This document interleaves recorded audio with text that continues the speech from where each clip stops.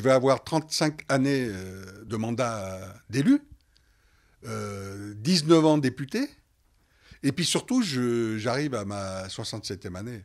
Je pense qu'il est nécessaire que je laisse la place au renouvellement, au rajeunissement. C'est une décision difficile, forcément. Parce que d'abord, je suis un passionné, d'abord, je suis quelqu'un engagé, on m'a même dit un peu guerrier, donc pas de problème. Et je pense que je le suis toujours, passionné, guerrier, engagé et tout ça. Mais je pense qu'aussi, il faut être un peu de sagesse. Parce qu'on pourrait aussi me reprocher de faire le mandat de trop. Et peut-être que, bien sûr, tout ça, ça bouscule. Il y a une onde de choc du fait que je m'arrête comme député. Mais je veux passer à une vitesse encore plus grande et plus supérieure au niveau de la dimension politique nationale. On peut avoir une fonction politique sans avoir une fonction élective. Donc je pense qu'au contraire, je vais être encore plus libre, y compris dans ma parole, dans mon action, en le faisant. Et puis c'est très important qu'en ayant 67 ans, qu'il y ait une personne de 20 ans plus jeune qui puisse prendre le relais de cette bataille. Et surtout que mon idée quand même, c'est de faire en sorte que le Parti communiste retrouve, je dirais, sa place à la fois tribunicienne et retrouve ses racines dans la classe ouvrière, chez les ouvriers, chez les employés. Et je pense qu'aujourd'hui, il y a un travail énorme à faire en direction des ingénieurs, cadres, techniciens.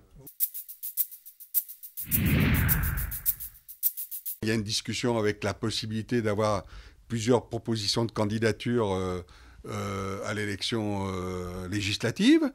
Bien évidemment, tout le monde a pensé à Michel Picard, mais Michel Picard demande un temps de recul, un temps de réflexion, et puis elle nous donnera sa décision courant janvier, si elle accepte ou si elle n'accepte pas. Donc la question démocratique, elle est en cours, et il y aura une consultation des communistes pour décider au bout du bout.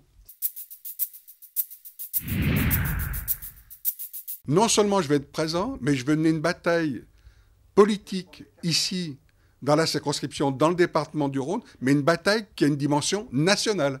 Ça veut dire que je veux traiter des grands sujets où je pense que la gauche, et les communistes en particulier, ou les traitent mal, ou les traitent pas du tout. Et dans tous les cas, pour moi, ce que j'ai fait comme maire, je veux le faire maintenant au niveau national, faire en sorte que les grands sujets que se préoccupent les Français, le sentiment d'abandon des ouvriers, des employés dans ce pays, eh bien, il faut casser ce sentiment. Il faut faire en sorte qu'aujourd'hui, il y ait des politiques qui soient en correspondance avec ces sans-noms, ces sans-paroles, c'est ceux qu'on oublie, ceux qu'on a abandonnés dans ce pays. Et moi, je veux, au fond, incarner un peu ça avec mon expérience.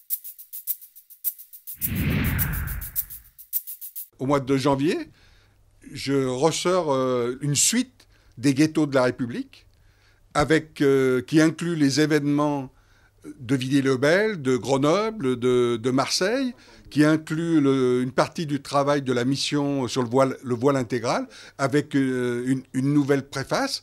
Et pour moi, ça va être très très important au mois de janvier de continuer cette bataille, parce qu'au fond, les ghettos de la République, aujourd'hui, on voit bien que la question des ghettos de la République, non seulement ils sont toujours là, mais encore pire qu'avant.